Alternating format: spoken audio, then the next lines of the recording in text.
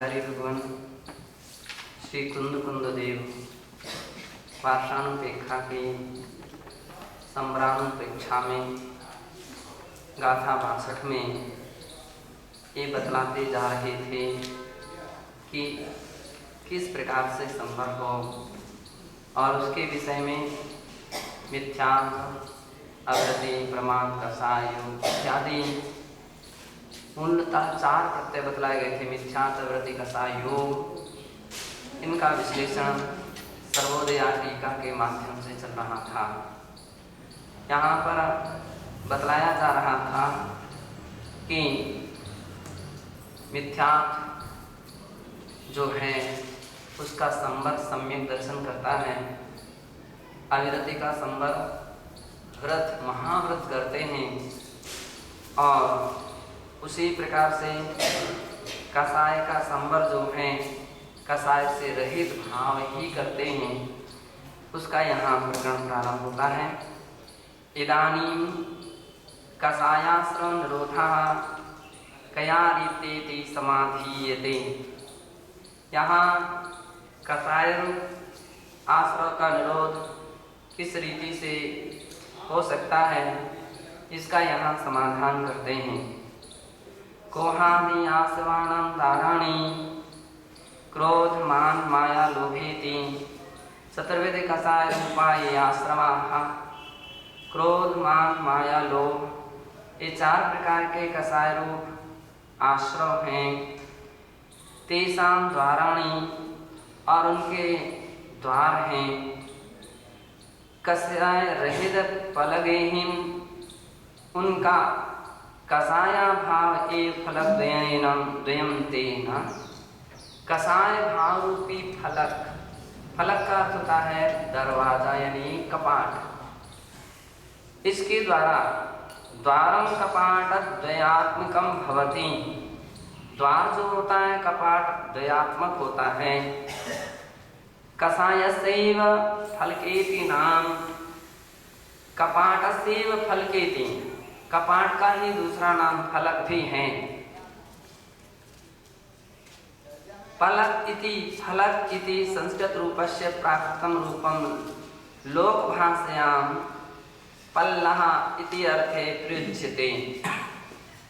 पलक प्राकृत में बोलते हैं, फलक भी बोलते हैं। इस संस्कृत और प्राकृत के रूप हैं, लेकिन इसके लिए लोक भाषा में पल्ला ऐसा बोलते हैं, पल्ला भी बोलते हैं। एवं फलक इत्यस्य कपाट भाग इत्यर्थः। इस प्रकार से फलक का कपाट भाग है।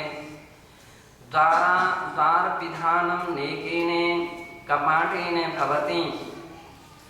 और द्वार का पिधान अर्थात द्वार का बंद होना ना एकेने कपाटेन भवति, एक कपाट से नहीं हो सकता है। एक दरवाजा बंद कर दिया जाए, एक प्रकार का एक फलक बंद कर दिया जाए, इतने से द्वार बंद नहीं कहा जा सकता है।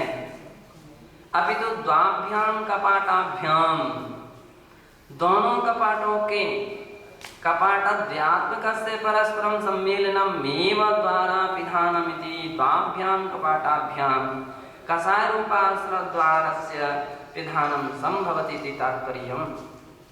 अर्थात कपाटद्वयात्मकस्य परस्परं सम्मेलनमेव, दोनों कपाटों का परस्पर में जो सम्मेलन है वह ही द्वारापिधानमिति बंद द्वार कहा जाता है। उस दोनों कपाटों के रूप कपाट रूपी जो कषाय रूप आश्रम है उससे पिधानम संभवति, उससे आते हुए कर्म रूपी जो आश्रम है वो रुक सकता है। एक द्वार बंद करें तो बगल से आते हैं, दोनों द्वार बंद कर दिए जाते हैं तब फिर कोई भी वस्तु आने से रुक सकती है। निरोहणम हवेति यद द्वितीय चरणे प्रयुक्तम। निरोध होता है यह जो दूसरे चरण में प्रयुक्त किया गया है। तदेव अध्याहार्यम, वह यहाँ अध्याहार्य है। अर्थात अध्याहार का अर्थ होता है प्रकरणवशात् तेषामिति च उपदिष्टात् योजनीयं भवति। प्रकरण के बस उसका यहाँ उपरिष्टाद योजनीयं भवति, अर्थात उपरिष्ट रूप से उनका आयोजन कर लेना चाहिए, ऐसा इसका अर्थ होता है। कितनी बार ऐसे रहते हैं कि जहाँ पर क्या रहता है, अध्याहार रूप में अर्थ ग्रहण किए जाते हैं, है ना। तो अध्याहार प्रकरण के अनुसार वहाँ पर क्या प्रकरण चल रहा है, न देवाः, है ना। प्रकरण के अनुसार अर्थ करो तो अर्थ बिल्कुल सही हो सकता है। प्रकरण नहीं याद रहेगा तो आप किसी भी वाक्य का सही अर्थ नहीं कर सकते हैं। आमतौर पर लौकिक भाषा में, हिंदी कोई भी भाषा क्यों ना हो, जैसे कि अपन कहते हैं जिनेंद्र भगवान ने सम्यक दर्शन, सम्यक ज्ञान, सम्यक चारित्र का व्याख्यान किया और कहा सम्यक दर्शन ही मोक्ष मार्ग की प्रथम सीढ़ी है। उन्होंने ये भी कहा कि सम्यक दर्शन के साथ सम्यक ज्ञान होता है, और फिर उन्होंने ये भी कहा कि सम्यक चारित्र हुए बिना केवल सम्यक दर्शन, सम्यक ज्ञान मोक्ष मार्ग के हेतु नहीं बन सकते हैं। अब उन्होंने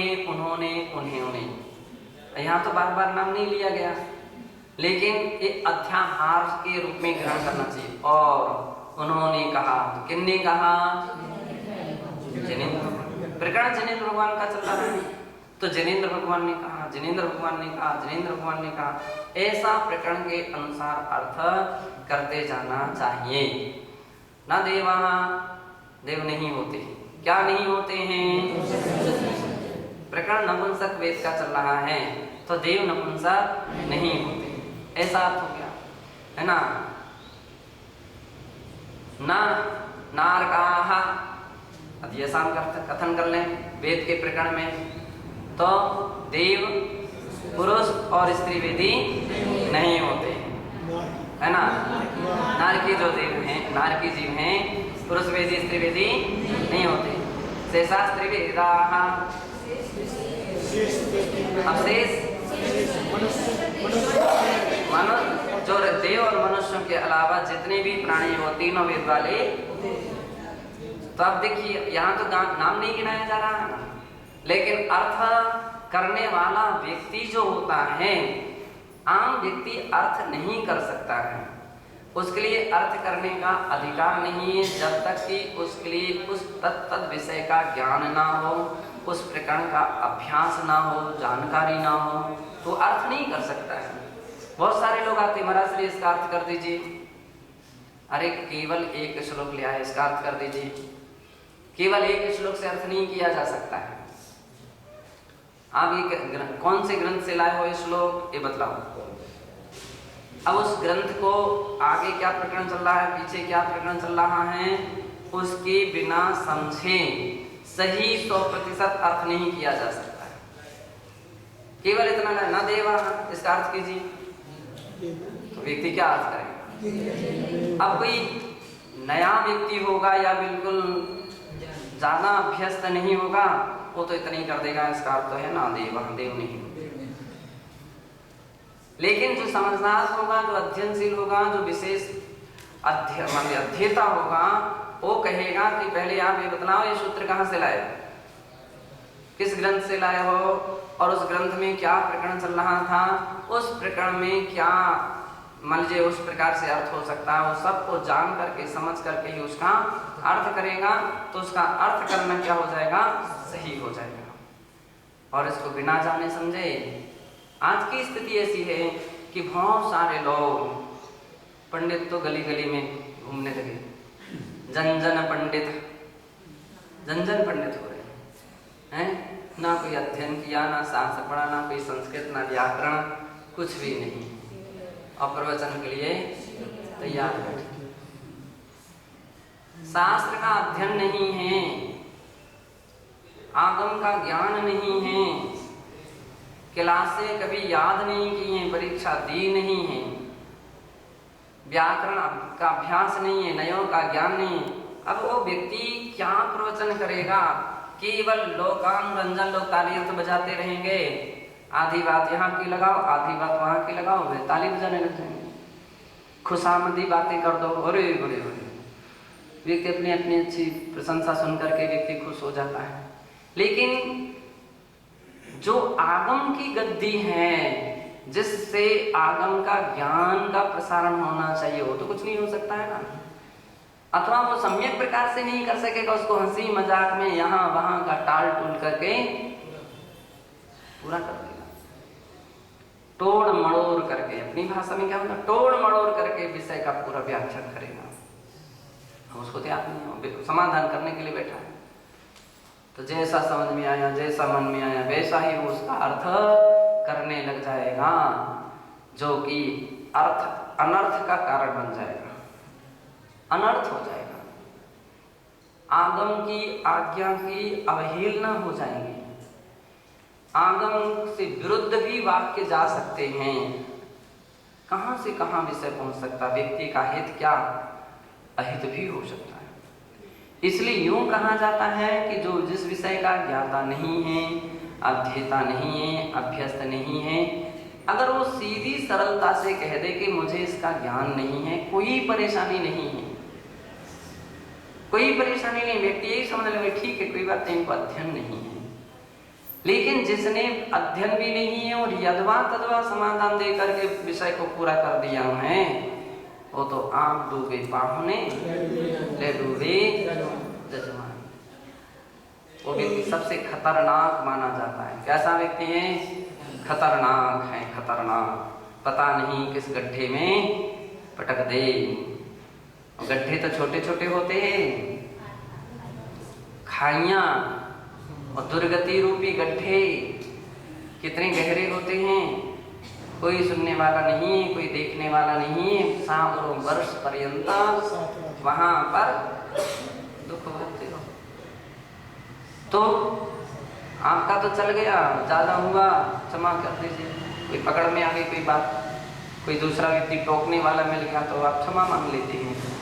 तो लेकिन अब जो व्यक्ति आपकी बात सुन सुन करके उसने वैसी श्रद्धा बना ली, उसकी तो दुर्गति हो जाएगी ना। तो इसलिए आपके लिए उस विषय का ज्ञान नहीं है तो मना कर दीजिए, लेकिन यदवा तदवा समाधान दे करके केवल प्रशंसा मत ले लीजिए, पंडित की छाप मत लगा लीजिए, बड़े विद्वान हैं, बड़े पंडित हैं। तो इस बात का ध्यान रखना चाहिए। यहाँ पर ये बतला रहे हैं कि अध्याहार, जो बातें, बहुत सारी बातें ऐसी रहती हैं नहीं कही हैं, नाम उच्चारण प्रकरण में इस प्रकार के विषयों का उच्चारण नहीं किया गया है, फिर भी अर्थ करते समय उन सारी बातों का ध्यान रखते हुए अर्थ करना चाहिए। कोई कहे इसमें कहाँ लिखा, कोई नपुंसक नहीं होता, सूत्र में कहाँ लिखा, सूत्र में तो नहीं लिखा, लेकिन प्रकरण तो कह रहा है और प्रकरणानुसार ही अर्थ होता है, अर्थ प्रकरण के अनुसार किया जाता है। तो कभी कभी कुतर्की व्यक्ति, कौन से कुतर्की व्यक्ति, इस प्रकार की कुतर्क के द्वारा भोली भाली जनता को ठगते रहते हैं, उनके लिए यहाँ वहाँ की बातों में लगाते रहते हैं। लेकिन समझदार व्यक्ति होता है, वो तो सुनने के लिए भी राजी नहीं होगा, कि वो कहेगा अपनी बात अपने पास रखो, ऐसे वाक्यों को और ऐसे अर्थों को हमें सुनाने की कोई आवश्यकता नहीं। क्यों? क्योंकि तुमको आगम के अनुसार अर्थ नहीं कर रहे हो, सुनाने की आवश्यकता। समझदार व्यक्ति होगा तो इस बात के लिए समझ लेगा, है ना, अथवा वो सही अर्थ को ग्रहण करेगा। दो, या तो सही अर्थ को ग्रहण कर लेगा, तुम कुछ भी बोलते रहो लेकिन अर्थ इसका ये है, बस ये बात हम स्वीकार करते हैं। इसका मतलब है कि तुम जो कुछ कह रहे हो तुम्हारी बात स्वीकार नहीं है, ऐसा। तो यहाँ पर बोल रहे हैं कि इस प्रकार का अर्थ करना चाहिए। और अथवा कसाय रहित फलहीन पाठा कस्मिंश्चित् संस्करणे, कसाय रहित फलहीन ऐसा भी किसी संस्करण में अर्थ है। तस्य संस्कृत छाया कसाय रहिता प्रलगयति, अर्थात कसाय रहता आत्मा कसायाश्रय द्वारम लापयति इति निपिधत्तीत्यर्थः। कसाय रहित जो आत्मा है वह कसाय रूप आश्रय द्वार को लापयति अर्थात उसको क्या कर देती हैं, पिधत्ते ढांक देती हैं, बंद कर देती हैं। उसके अंदर में फिर वैसे कर्मों का आश्रय नहीं हो पाता है। कसाया भावस्य कर्माश्रय संवरणे महत्वं मनसि निधायैव ज्ञानार्णवे परामृष्टं दृश्यते। कसाया भावस्य कसाय भाव के कर्माश्रय संवरणे महत्वं कर्माश्रय से संवर होता है इस बात के महत्व को निधायैव अर्थात ऐसे महत्व को ध्यान में रखते हुए ज्ञानार्णवे परामृष्टम दृश्यते ज्ञानार्णव में परामर्श देखा जाता है। 18वें अधिकार के 118वें श्लोक में कहा है, छंद में कहा है, कसाय वेरी व्रज निर्जयं यमी करोतु पूर्वं यदि संवृतिन्द्रियः किलानयो निर्ग्रहलक्षणे विधि नहि क्रमेणात्र बुधैर्विधीयते।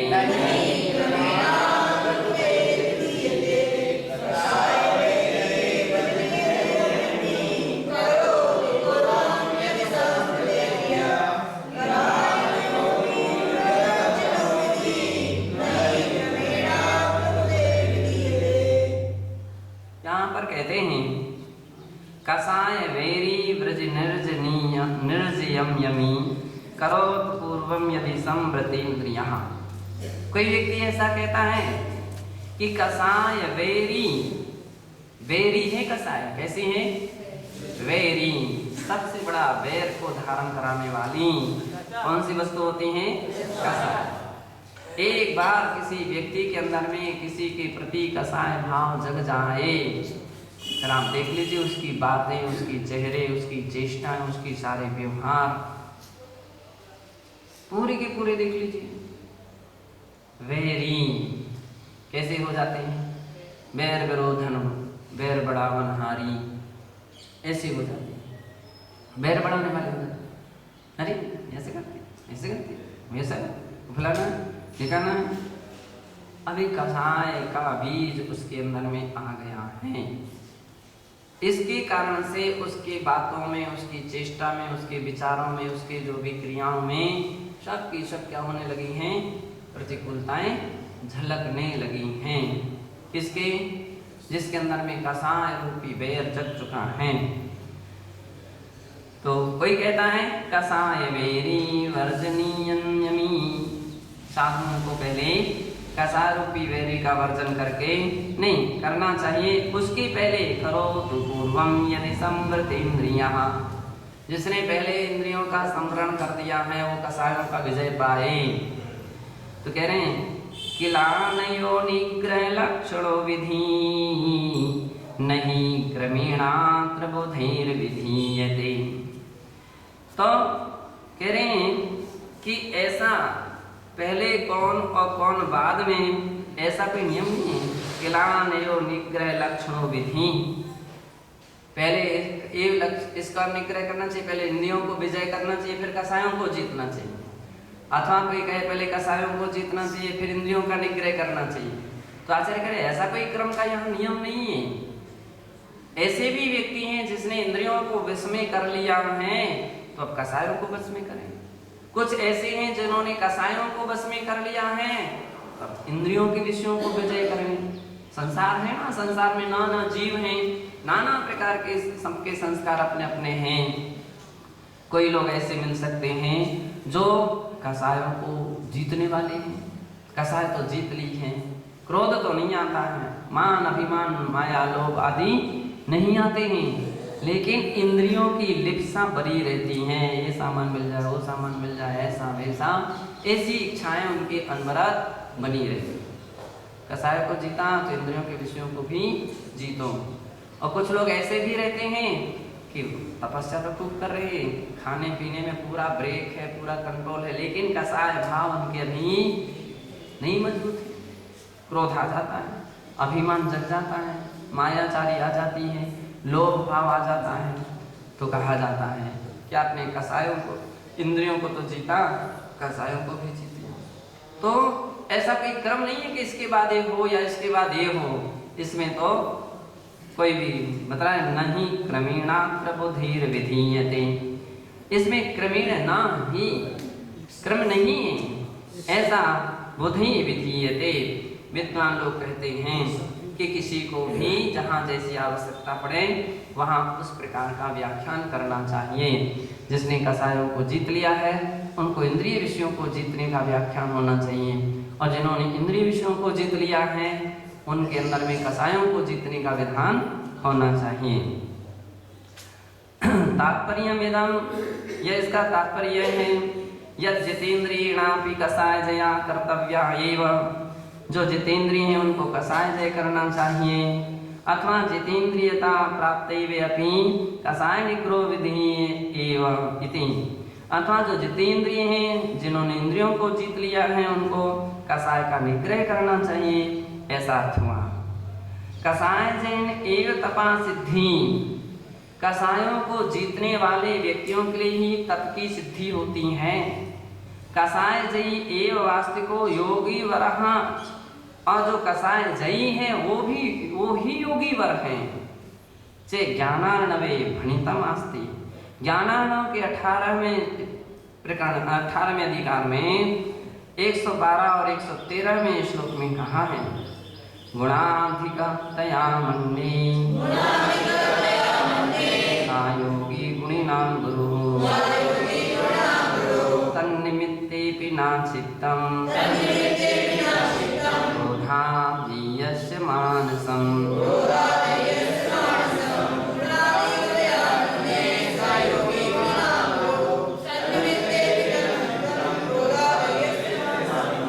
बोले गुणाधिकतया मन्ये सा योगी गुणिनां गुरु तन्निमित्तेऽपि न क्षिप्तं क्रोधादि यस्य मानसम।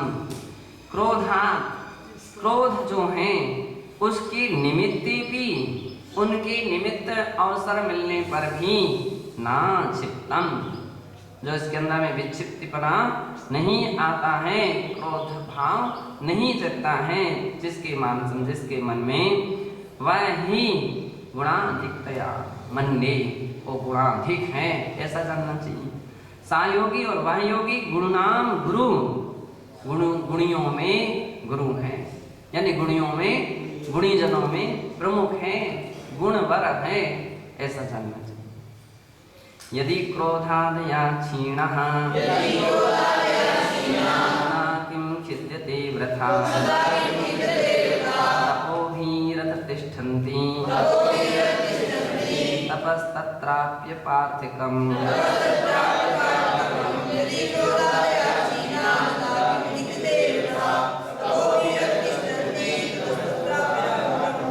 कह रहे हैं यदि क्रोधादया क्षीणा, यदि जिसके क्रोधादि क्षीण हो गए हैं, क्रोध आदि कसाय जिसकी, अब क्रोध आदि से क्या क्या लेना है, मान माया लोभ, क्योंकि आम तौर पर व्यक्ति क्रोध को ही कसाय मानता है।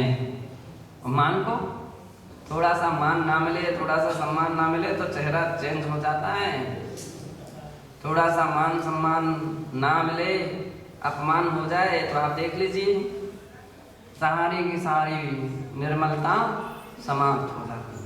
क्या हुआ, हमारा अपमान हो गया, हमारा ऐसा हो गया। जितना अभिमानी व्यक्ति होगा उसको थोड़ा सा भी अपमान सही नहीं हो सकता है।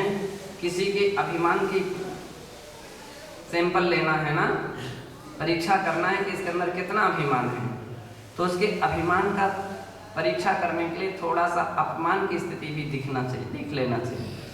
अब उसके अंदर में क्या परिस्थितियां लग रही हैं, कैसी स्थिति बन रही है, थोड़ा सा अपमान, हाँ हमसे नहीं सुन, ऐसा वैसा, हे वो, रोना धोना गाना, है ना, सारा आकाश पाताल को परीक्षा हो गई कि क्रोध तुम्हारा कितनी विजय है तुम्हारी।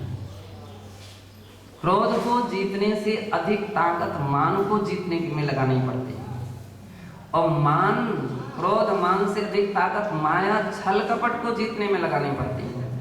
क्यों? क्रोध मान आदि तो बाहर से दिख भी जाते हैं, मायाचारी तो दिखती नहीं है, वह अदृश्य रहती है, अरूपी रहती है। उसके रूप रंग आसानता से नहीं समझ में आ सकते कि व्यक्ति की बाहर की चेष्टा कैसी है और अंदर की चेष्टा कैसी है, उसका मन कैसा है, उसको समझना बड़ा टेढ़ी खीर है, बड़ी टेढ़ी खीर है। क्योंकि कितनी बार ऐसा भी रहता है, मन में राम, मुख में राम, मुख में तो बहुत अच्छी श्रद्धा भक्ति और अच्छे कर्तव्य निष्ठा सब कुछ झलकती है, लेकिन उसके मन को देखो तो मन में क्या क्या भरा हुआ है। जब कभी प्रतिकूल परिस्थिति आ जाए, व्यक्ति की परीक्षा कब होती है? प्रतिकूल, तब उसके सारे के सारे उल्टियां होती हैं, वांतियां होती। तब मालूम चलता क्या क्या तुम्हारे अंदर में भरा था, क्या क्या भरा था। पेट में रेचक वस्तुओं के द्वारा उसकी लैब में चेक कराई जाती है, डॉक्टर साहब है ना। कितनी बार ऐसे भी बहुत सारे बीमार लोग होते हैं, उनके लिए औषधियां दे करके उसको रेचक कराया जाता, उल्टी कराई जाती है, और उल्टी कराने के उपरांत उसको चेक कराया जाता है कि इसने क्या क्या खाया था, इसके अंदर पेट में क्या क्या था, कब से था। ऐसा भी नहीं है कि आज की ही वस्तु आज निकल रही है। कितनी बार बहुत समय की सामग्रियां है ना, ऐसे अंदर की रहती हैं तो निकलती हैं। अब ये रेचक कराया जाता है। प्रतिकूल वातावरण, कोई ऐसी परिस्थितियों के द्वारा व्यक्ति जब रेचक करता है, तब वो गड़े पत्थर उठा, अरे उस दिन हमको 1 साल पहले हमको इन्होंने धक्का दिया था, इन्होंने उस समय ऐसा किया था, उन्होंने ऐसा किया था, अरे आज क्यों बदला है, अरे आज उन्होंने हमारी शिकायत करी ना, हम जानते थे उनको, हम समझते उनको, आज समझ रहे हो। कल तो हमने बड़े हिल मिल करके खेलते घूमते देखा, एक साथ बैठे ठाणे देखा, सारी बातें करते हुए अच्छी तरह से देखा, और आज तुम्हारे लिए तो उसने आज हमारी कल शाम को शिकायत कर दी थी, कल से हम शाम को शिकायत की थी, आज आपकी उसने एक बात सुनाई थी, तुम 10 बातें सुनाने लगे इसकी। तो इसका मतलब है सबसे अधिक गंदगी किसके अंदर में थी? उसके पास 1 गुनी थी, और तुम्हारे पेट में कितनी गुनी थी? 10 गुनी। परीक्षा हो गई। माया को समझना, मायाचारियों को समझना बड़ा कठिन है, बहुत कठिन है। पेट की सामग्रियों को समझना बड़ा कठिन होता है। बुखार को जानना आसान है, ब्लड प्रेशर को जानना आसान है, शुगर को जानना आसान है, पेट के अंदर में जो सामग्री है वो क्या क्या है, कैसी है, उसको जानना बड़ा कठिन है। क्यों? अब वो पेट की सामग्री की जो है ना, एक्सरे में आप आती है, और आपकी फोटोग्राफी में आ सकती है, सोनोग्राफी में भी नहीं आ पाती है, वो तो बिना रेचक के नहीं आ सकती। पेट की जो बातें रहती हैं वो बिना ऐसे प्रकरण के किसी की समझ में नहीं आ सकती। या तो तब समझ में आएगी जब वो व्यक्ति उगलेगा, हैं? तो पहले उगले या बाद में उगले? जब उगलेगा तब फिर उसको मालूम चलेगा कि व्यक्ति के पेट में कितने कितने वर्ष की गंदगी भरी थी, कितनी कितनी पुरानी गंदगी भरी। तो ऐसी स्थिति रहती है। तो आचार्य महाराज कह रहे हैं कि यदि क्रोधादया क्षीणा, क्रोध आदि, अब क्रोध आदि से मतलब माया चल रहा था, लोभ। देखिए क्रोध को, मान को, एक क्रम से हमेशा ध्यान रखना, बड़े बड़े रूप है इनके। क्रोध को से अधिक मान हानिकारक, उसको क्षीण करने में बड़ी तपस्या करनी पड़ती है। मान से माया को क्षीण करने में बड़ी तपस्या करनी पड़ती है। तो माया से लोभ को छीण करने में सबसे बड़ी तपस्या करनी पड़ती है। सबसे पहले व्यक्ति क्रोध विजय हो सकता है। सबसे पहले कौन सी कसाय का क्षय होता है? देख लो गुण स्थानों में क्रम बैठा हुआ अपना करणान योग कह रहा है कि पहले क्रोध का क्षय होता है, इसके बाद मान, इसके बाद लोभ यानी सबसे बड़ा है, सबसे लास्ट में क्रोध की मृत्यु हो जाना आसान है। क्रोध बहुत जल्दी खत्म हो सकता है, मान उससे अधिक थोड़ा समय लगेगा माया, लेकिन लोभ जो है वो सबसे अधिक अंदर में जो कितनी सारी लोभ भावनाएं व्यक्ति के अंदर में छिपी रहती हैं। लोभ भावनाएं सामग्री को संभाल करके बड़े हिसाब से व्यक्ति रखता है। कोई आ जाएगा अपने विशेष भक्त तो उनको दे देंगे, कोई कुटुंब परिवार का तो उसको दे देंगे। अरे उन्हीं के यहाँ क्यों जा रही है, दूसरे के लिए क्यों नहीं जा रही है? बहुत सारे लोग रहते हैं। अब रख क्यों रख रहे हो? वस्तु पर वस्तु व्यक्ति रखता जा रहा, तो लोभ कसाय तो कहीं ना कहीं है, अंत में नष्ट होती है। इसलिए उसको नष्ट करने के लिए भी और तपस्या करनी पड़ती है। तो कह रहे हैं यदि क्रोध आदि क्षीणा, यदि क्रोध आदि समाप्त हो गए हैं जिसके, तदा किम खिद्यते वृथा, तब क्यों खेद खिन्न होते हो व्यर्थ में? तपोभीरत तिष्ठन्ति तपस्तत्राप्य तप्या पार्थिकम। फिर कह रहे हैं कि क्रोधादि विद्यमान है, तपोभी तिष्ठन्ति तपस्तत्राप्य पार्थिकृत। यदि कसाय नष्ट हो रही है तो आचार्य कहे तप करने से क्या फायदा? सबसे बड़ी तपस्या तो कसायों को नष्ट करने की है, और आपने कसायों को नष्ट कर दिया। अब तपस्या ना भी की जाए, बिना उपवास के भी मोक्ष हो सकता है, लेकिन बिना क्रोध आदि के क्षय किए बिना मोक्ष नहीं। तो कह रहे क्रोध आदि को क्षय कर दिया, तपस्या ना भी करोगे तो भी निर्वाण हो जाएगा। और यदि जिस व्यक्ति ने क्रोध आदि को नष्ट नहीं किया और तपस्या कर रहा है, कितने कुछ ऐसे भी लोग होते हैं, हम तो तपस्या करेंगे, हमें तो उपवास करना है, तुम्हें देना हो तो दो, नहीं देना हो हम तो हमारा चारों प्रकार का नहीं करना, नहीं भोजन की लोटे, नहीं आहार की लोटे, तपस्या कर रहे हैं, लेकिन क्रोध नहीं नष्ट होता है। उपवास भी हो गया, इसने हमारा बिगाड़ दिया, इसने हमारा ऐसा कर दिया, कसाय भाव नष्ट नहीं हुई तो आचार्य कहते तुम्हारी तपस्या से कुछ भी नहीं होगा। कितनी भी तपस्या कर लो, उस तपस्या से कुछ भी होने वाला नहीं है। तो क्या करना चाहिए? पहले कसाय भाव को तो छोड़ो, कसाय भाव को छोड़ना चाहिए। पंचास्तिकाय ग्रंथे अपि स्पष्टीकृतम एतत्, पंचास्तिकाय में भी यहाँ इस प्रकार से स्पष्टीकरण किया गया है। जस्त्रण विज्जति रागो दोषो मोहो वैसौ विदौ ईसो नास्यति सुहम असुहम संसो दुःखस्य भिक्षुस्स।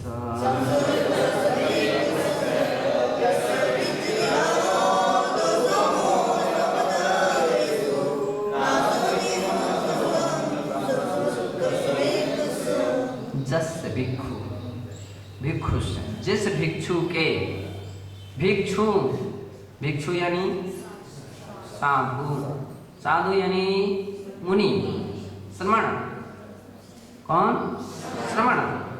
जस्य न विज्जति रागो दोषो मोहो, राग द्वेष और मोह जिसके अंदर नहीं पाए जाते हैं, तो सब विश्व किसके प्रति? संपूर्ण विश्व के पदार्थों के प्रति ना राग भाव है, ना द्वेष भाव है, ना मोह भाव है। तो ना सवदी सुहम असुहम सम सुख दुख से भिक्षु से। और कैसा है? राग द्वेष मोह नहीं है तो सम दुख से सम, जो स्व दुख से सम, सुख और दुखों में जिसने समता भाव धारण कर लिया है, ऐसे भिक्षु के सुहम असुहम ना आसवदी, शुभ या अशुभ प्रकार के कर्मों का आश्रय नहीं होता है। एवं भो विनेय, विनेय इस प्रकार से हे विनेय, हे भव्य प्राणी, पूर्वोक्तम आश्रम द्वार निरोधन रूपम संग्रम विज्ञाय तदर्थम प्रियतस्व। पहले कहे हुए आश्रय द्वार के निरोध रूप जो संवर है उसको जान करके तदर्थम प्रियतस्व उसके लिए प्रयत्न कर। व्रतादि अनुष्ठानेषु अपि यावान वीतरागतया अंशः। व्रतादि अनुष्ठान होने पर भी जब तक वीतरागतया अंशः वीतरागता का जो अंश है जितना भी अंश वीतरागता का होता है तावानेव संभ्रो भवति उतना ही संवर होता है। अतो व्रतादिषु अपि रागांशात्म प्रवृत्तिस्त्यागो विधेया। इसलिए व्रतादि में भी रागांश की प्रवृत्ति को छोड़ना चाहिए। वीतरागात्मक निवृत्तिरंशो वर्धनीया। और वीतरागात्मक जो निवृत्ति अंश है उसको बढ़ाना चाहिए। इत्येतद् अर्थमपि सावधानेन भाव्यमिति गाथायाः तात्पर्यम्। इस प्रकार के अर्थ को सावधानता से भाना चाहिए, ऐसा इस गाथा का अर्थ हुआ, ऐसा जानना चाहिए।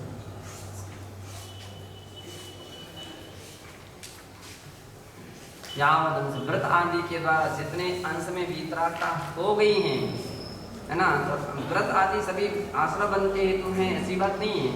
व्रत आदि भी संवर आदि के हेतु होते हैं।